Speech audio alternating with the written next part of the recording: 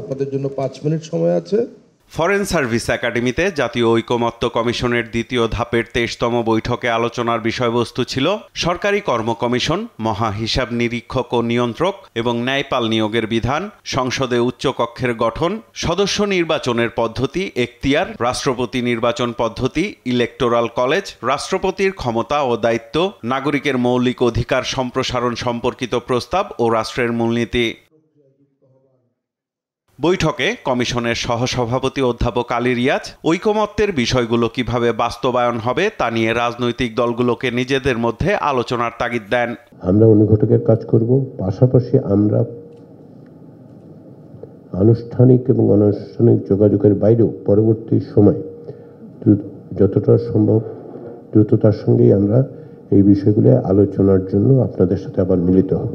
এদিন সরকারি কর্ম কমিশনের নিয়োগ সহ 4 সাংবিধানিক প্রতিষ্ঠানের নিয়োগ প্রক্রিয়া, সাংবিধানিক কাঠামোতে নিয়ে আসার প্রস্তাব, রাষ্ট্রপতি নির্বাচন সহ বিভিন্ন ইস্যুতে নোট অফ ডিসেন্ট সহ ঐকমত্য গ্রহণ করে কমিশন। পরে এ নিয়ে মতামত দেয় রাজনৈতিক দলগুলো।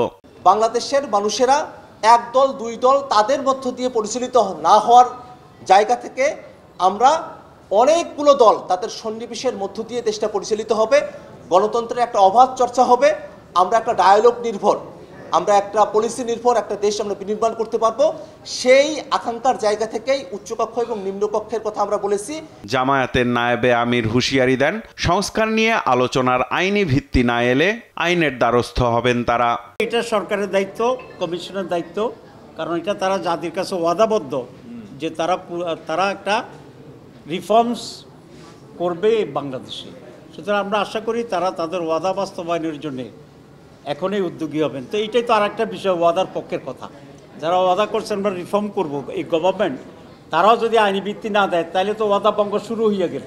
তো এখনই যত শুরু হয়ে যায় ভবিষ্যতে তো এটা অগ্রসর হতে থাকিবে, এবং অতীত আমাদের তাই বলেছে। বিএনপির স্থায়ী কমিটির সদস্য সালাউদ্দিন আহমদ বলেন, জুলাই সনদের আইনি ভিত্তি জনগণের আকাঙ্ক্ষা।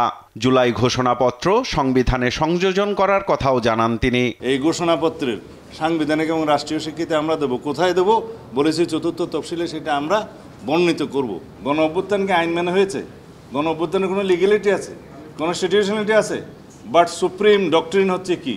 এটা হচ্ছে legitimate expectation of the people, এটাই সার্বভৌম এখতিয়ার। সুতরাং আমাদের যে সম্মতি, এর উপরে কোনো আইনি ভিত্তি হতে পারে না। ঐকমত্য কমিশনের এ পর্বের আলোচনা শেষ করে সংস্কার বাস্তবায়নের প্রক্রিয়া নিয়ে ফের রাজনৈতিক দলগুলোর সঙ্গে বৈঠকে বসার ইঙ্গিত দিয়েছে জাতীয় ঐকমত্য কমিশন। সাইফুল রিপন, দেশ টিভি, ঢাকা।